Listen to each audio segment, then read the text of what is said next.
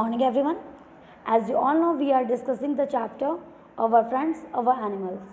In previous class, we have discussed the small short story of a school, and today we will discuss a new story based on this chapter of a boy named Shankar. Shankar was very happy. A cat had given birth to 4 kittens in a courtyard of his house. Shankar जो है बहुत ज़्यादा happy है क्योंकि उसकी जो cat है उसने 4 किटन्स को क्या दिया है बेटा, बर्थ दिया है. ठीक है बेटा. He started spending his free time with them.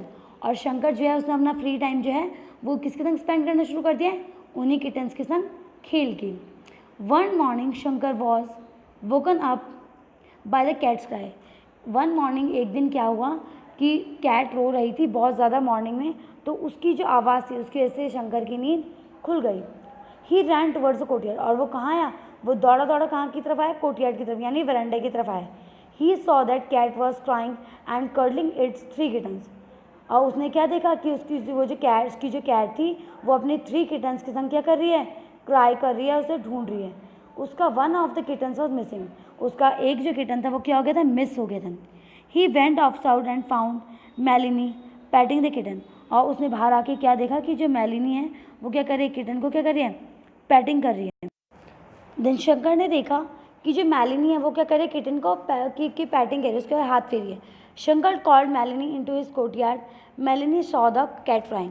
और तब शंकर ने क्या करा, मेलिनी को बोला कि यहाँ कोर्टयार्ड में आओ. और उसने उसको दिखाया कि जो कैट है वो अपने बेबी के लिए क्या कर रही है, रो रही है, तुम इसे यहीं पर दोबारा रख दो. Okay. Now next is the story of a भोली. Boli is Meenu's cow. Meenu takes Boli to the field to graze daily. बोली बोली जो है वो मीनू की काव है, और मीनू रोज़ अपनी जो काव है बोली उसको लेकर कहाँ जाती है, फील्ड में जाती है ताकि वो क्या कर सके, घास को चढ़ सके. One day a standing scooter hit बोली एंड हर्ट हर लेग. एक दिन क्या हुआ, एक स्कूटर आ रहा था, स्पीड में स्कूटर आ रहा था, उसने क्या करा, बोली को हिट कर दिया और उसके पैर में चोट लग गई. The wound was bleeding heavily. और उसके पैर से क्या निकलने लगा, खून बहने लगा. What will people in Meenu's family do.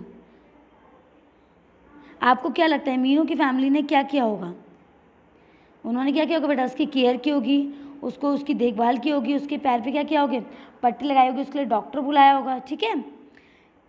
Chandu Dhobi look after his donkey very well. The donkey too does a lot of work. Look at the pictures and write what are the things that Chandu does for this donkey. ठीक है. चंदू जो धोबी है उसके पास एक donkey था. ठीक है. और वो उसकी बहुत देखभाल करता था. ठीक है. और डोंकी भी इन रिटर्न उसके लिए बहुत सारा वर्क करता था. अब आपको यहाँ पे पिक्चर्स में देख के दिख रहा होगा, आपको पिक्चर में देख के बताना है कि चंदू अपने डोंकी के लिए क्या क्या करता है. तो बेटा आपको यहाँ पे दिख रहा है वो उसे बात कराता है, उसे घास खिलाता है.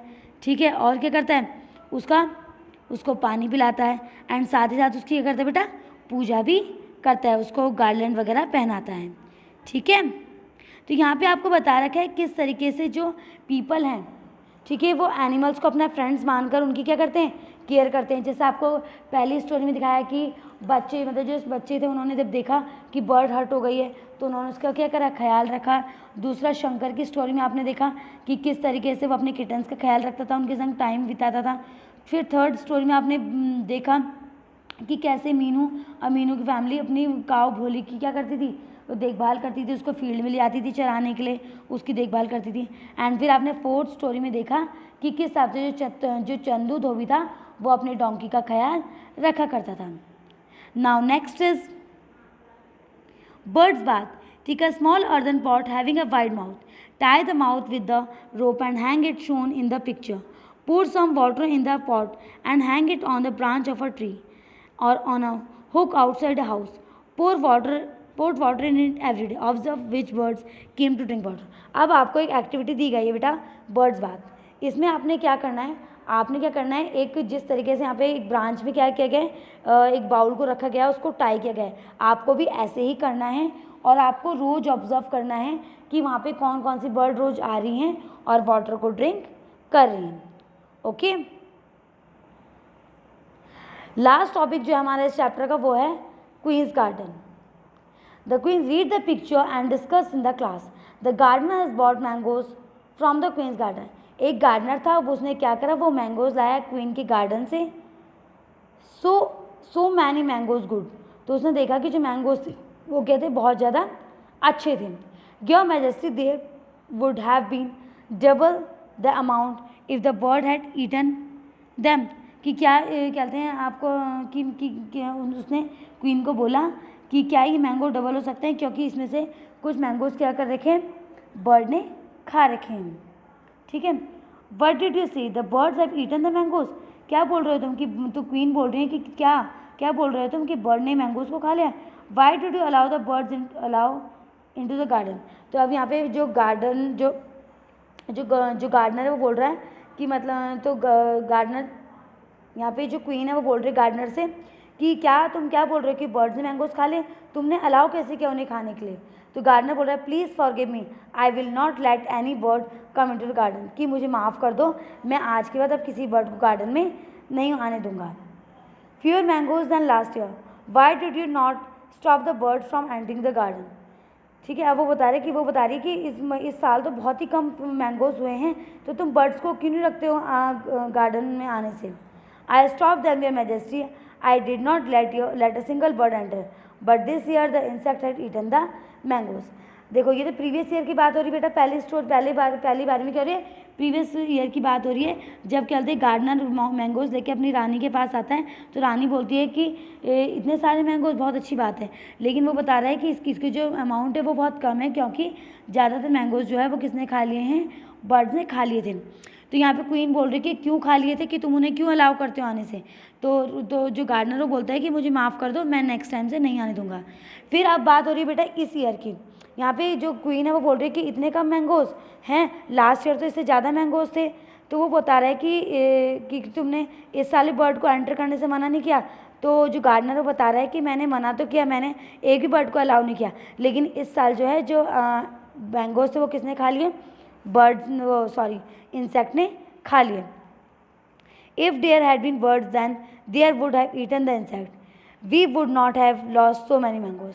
तो यहाँ पे अब जो वो गार्डनर है वो बता रहा है कि अगर हम बर्ड्स को आने देते तो बर्ड्स क्या कर लेती, इंसेक्ट को खा लेती, और मैंगोज हमसे मतलब इतने ज़्यादा मैंगोज क्या नहीं होते, ख़राब नहीं होते, उनको जो इंसेक्ट है वो नहीं खाते।